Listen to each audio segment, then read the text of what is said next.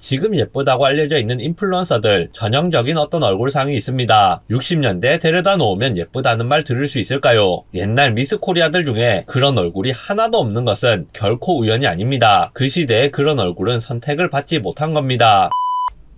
빅튜브입니다. 가끔 남초나 여초 커뮤니티에서는 한국 사람의 외형에 대한 논쟁이 벌어지곤 합니다. 뭐 그런 내용들이죠. 길을 가다 보면 잘생긴 남자는 10명 중에 1명 있을까 말까인데 여자들은 대부분 괜찮게 생겨서 10명 중 7명 정도는 괜찮은 것 같다. 뭐 이런 글이 올라오면 공감해주는 사람이 많은 것 같습니다. 반대의 경우도 마찬가지입니다. 여자들이 예쁘다고들 하는데 그거 다 화장빨이다. 화장 지우고 보면 남자보다 못생긴 여자도 많다. 이런 글이 올라오면 이런 글 역시도 공감이나 추천을 많이 받습니다. 그런데 아름답다는 것은 과연 무엇일까요? 어떤 얼굴이 예쁘고 잘생긴 얼굴입니까? 요즘 세상을 보면 예쁘고 잘생긴 것에 대해서 어느 정도 절대적인 기준이 있는 것 같은 느낌도 듭니다. 한국에서 잘생긴 사람은 외국에 나가서도 잘생겼다는 소리를 듣죠. 여자의 경우도 마찬가지입니다. 하지만 미의 기준에 대해서는 절대적인 기준과 학습이 동시에 작용합니다. 어떤 얼굴이 예쁘고 잘생겼다고 학습을 하게 되면 그 얼굴이 예쁘고 잘생긴 얼굴이 되는 겁니다. 지금 전 세계 사람들이 비슷한 미의 기준을 가지고 있는 것은 이런 학습에 의한 효과도 상당히 큽니다. 과거 우리나라만 생각을 해봐도 키가 너무 큰 사람은 오히려 매력이 떨어졌었습니다. 그보다는 작고 단단해 보이는 스타일이 인기 있었던 적도 있습니다. 치과 영역에서도 미의 기준은 계속 변하고 있습니다. 대개는 가지런한 치아를 선호한다는 큰 틀은 유지되고 있습니다. 하지만 옛날에 라미네이트 해놓은 것을 보면 진짜 화장실 변기 색깔만큼 새하얀 색으로 해놓은 것들이 있습니다. 그때는 그냥 새하얀이가 선호되었습니다. 요즘은 그렇게까지 밝은 색으로 하는 경우가 잘 없죠. 교정 같은 경우도 예전에는 입을 집어넣는 쪽을 선호했고 교정이나 양악수술 받은 사람들 보면 입이 많이 안으로 들어가는 것을 선호했었습니다. 반면에 지금은 자연스러운 쪽을 선호합니다. 이런 이야기를 하면 예전 연예인들은 지금 기준에서 봐도 예쁘다면서 시대에 따른 미적 기준 변화에 대해 반박을 하실 수도 있는데 그건 우리의 학습 모델 자체에 예전 미인들이 이미 들어가 있어서 그렇습니다. 현대 미의 기준에는 과거 미의 기준이 이미 반영되어 있는 겁니다. 반대로 생각을 해보겠습니다. 지금 전 세계적으로 인기 있는 K-팝 아이돌 남자들 옛날 시대에 데려다 놓으면 인기가 있을 것이라고 기대하기 어렵습니다. 저희 부모님 세대만 해도 곱상하게 생긴 남자는 남자답지 못하다고 싫어했죠. 지금 예쁘다고 알려져 있는 인플루언서들 전형적인 어떤 얼굴상이 있습니다. 60년대에 데려다 놓으면 예쁘다는 말 들을 수 있을까요? 옛날 미스 코리아들 중에 그런 얼굴이 하나도 없는 것은 결코 우연이 아닙니다. 그 시대에 그런 얼굴은 선택을 받지 못한 겁니다. 성형수술의 트렌드도 계속 바뀌고 있고 그건 시간에 따라 미의 기준이 바뀌고 있기 때문입니다. 또 가끔 그런 이야기를 하는 분들이 있습니다. 어린애들이 좋아하는 얼굴이 잘생기고 예쁜 얼굴이다. 이것도 어느 정도는 맞는 이야기입니다. 대체로 그런 경향이 있기는 합니다. 이건 사람이 가진 미의 기준이 타고났다는 주장을 할 때 많이 인용되는 내용입니다. 그런데 어린애들이 가진 미적 기준에 맞는 얼굴이 무조건 예쁘고 잘생긴 얼굴일까요? 그건 그렇지는 않다는 겁니다. 예쁜 여자들 중에서도 애들이 봤을 때 무서워하는 얼굴이 분명히 있습니다. 지금도 기호가 있지만 선이 굵은 남자가 인기 있던 시절이 있었습니다. 남자답게 잘생긴 남자들 중에는 애들 보여주면 애들이 우는 경우도 있습니다. 잘생겼다는 느낌이 드는 사람보다는 오히려 웃기게 생긴 남자들이 애들한테는 인기가 좋은 경우가 많죠. 어느 정도 경향성은 있지만 우리가 가진 최종적인 기준과는 또 다른 겁니다. 선천적인 기준이 없는 것은 아니지만 사회적인 압력이 더 크게 작용한 겁니다. 물론 절대적인 기준이 있습니다. 성형외과 의사분들도 주관적인 미의 기준만 생각하는 것이 아니라 길이를 재고 계산을 하고 수술을 합니다. 몇 센티미터를 재고 몇 cc를 재고 비율이 몇 대 몇인지 재고 해부학적 구조물들을 연결한 선을 그리고 그런 것들이 있죠. 치과 교정 영역도 그렇습니다. 엑스레이 사진을 찍어서 자대고 그림 그리고 길이 재고 각도 분석해서 교정을 하게 됩니다. 그런 것은 객관적이라고 봐야죠. 안모의 비율이 어떻게 되느냐, 좌우의 대칭성은 어떻게 되느냐, 이가 가지런해야 하느냐, 피부가 깨끗하고 탄력 있느냐, 뭐 이런 것들도 있겠죠. 하지만 어떤 경우에는 대칭성을 깨는 점 하나가 매력 포인트로 작용하는 경우도 있습니다. 아니 저는 애교점 보기 싫던데요. 요즘은 그런 애교점이 인기 없는 것 역시도 단지 지금 유행이 아니기 때문인 것 뿐입니다. 한때는 인기가 있었던 것이 맞고 그때랑 지금이 다른 건 역시도 상대적인 부분이라는 겁니다. 쌍꺼풀이 한쪽만 있는 경우나 한쪽에 덧니가 있는 사람의 경우나 비대칭적인 헤어스타일도 그렇죠. 대칭성을 완전히 깨는 요소를 가지고 있음에도 불구하고 그게 매력 포인트인 경우도 경우도 있다는 겁니다. 5대5 가르마보다는 다른 헤어스타일을 더 자연스럽게 느끼는 경우도 있는 겁니다. 그러니까 결국 무슨 이야기냐 하면 미라는 것에 객관적인 기준이 없는 것은 아니지만 사회적인 요소라든지 문화적인 요소라든지 학습된 내용 같은 주관적인 것들이 더 크게 작용할 수 있다는 겁니다. 어떤 부족의 경우는 원래 뚱뚱한 사람이 매력 있는 사람이었다고 합니다. 하지만 지금은 아니죠. TV가 보급되고 나서는 날씬한 사람이 아름답다는 것으로 미의 기준이 바뀌었다고 합니다. 지금 현대 사회에서 미의 객관성이 더 커 보이는 이유는 이런 후천적인 주관적 요소들이 대부분의 사람들에게 통일되어 있기 때문입니다. 원래는 사람마다 가진 미의 기준이 다른 건데 주관적인 미의 기준이 생길 만한 데이터나 경험들을 모두가 비슷하게 가지고 있기 때문에 다들 주관적인 기호가 비슷해진 것 뿐이죠. 이런 경우에는 그런 부분들이 마치 선천적이고 절대적이고 객관적인 것처럼 느껴지는 겁니다. 어린애들은 벌레를 보고도 도망가지 않는 경우가 많습니다. 하지만 어른들은 벌레를 보고 징그럽다고 도망가는 사람도 있고 귀엽다면서 심지어 키우는 사람도 있습니다. 쥐를 보고 도망가는 사람도 있고 쥐를 보고 귀엽다고 느끼는 사람도 있습니다. 이런 부분은 아름다움에 있어서 절대성이 있다고 보기 어려울 겁니다. 그럼에도 불구하고 앞서 말씀드렸던 것처럼 어떤 수치화될 수 있는 부분이라든지 대부분의 아기들이 공유하는 미적 기준이라든지 이런 부분들 같은 경우는 대부분의 사람들에게 공통적인 미의 기준을 어느 정도 제공할 수밖에 없습니다. 어릴 때 좋아했던 관상이 나이 들면서 경험에 따라 싫어질 수는 있겠지만 대개는 유지되는 경우가 많을 겁니다. 그런 부분을 무시할 수는 없을 겁니다. 그렇다고 해서 그게 전체를 차지하는 것은 아니라는 겁니다. 이야기를 하다 보니까 완전히 다른 이야기가 메인이 되었는데 그래도 시작했던 이야기는 끝을 맺어야죠. 처음 이야기로 돌아와서 한국 남자와 한국 여자는 평균적으로 누가 더 아름다움에 가까울까요? 인간의 경우는 성별에 따른 외형 차이가 별로 없고 어차피 같은 유전자 풀에서 나온 얼굴인데 성차가 있다면 그게 더 이상하겠죠. 얼마 전 차은우 씨의 동생분이 미디어에 노출되면서 유전자의 힘이 대단하다는 것을 새삼 느끼게 됩니다. 만약 차은우 씨에게 여동생이 있었다면 그 사람은 차은우 씨를 닮았을까요? 아니면 한국 여자의 평균적인 얼굴을 닮았을까요? 한국 여자와 한국 남자는 같은 유전자 풀에서 성별만 다르게 뽑아낸 존재들이기 때문에 누가 더 잘생기고 못생기고를 겨루는 것에 큰 의미가 없습니다. 거울을 보는 것과 같은 겁니다. 일란성 쌍둥이가 오랜 시간 헤어져 지내다가 우연히 다시 만났을 때 누가 봐도 쌍둥이라는 것을 알아볼 수 있는 경우가 많습니다. 그 정도로 유전자의 힘은 강한 겁니다. 그리고 한국 남자와 한국 여자의 얼굴은 성염색체를 제외하고는 동일한 유전자 풀에서 나온 얼굴입니다. 영상 요약하겠습니다. 태어날 때부터 가지는 미의 기준이 존재하고 수치로 표현할 수 있는 기준점 역시 존재합니다. 하지만 실제로 사람이 느끼는 아름다움은 그런 절대적인 요소 이외의 것들이 더 크게 작용하는 경우가 많습니다. 어떤 분들은 미의 기준이 객관적이라고 말하고 어떤 분들은 미의 기준이 주관적이라고 말합니다. 둘 중 한쪽에 치우친 주장은 틀린 주장이라고 밖에 할 수 없습니다. 실제로 미의 기준은 객관성과 주관성을 모두 가지고 있고 보편적으로 느끼는 미의 기준을 바탕으로 주관적인 미의 기준이 적용된다고 보는 편이 타당하다고 생각합니다.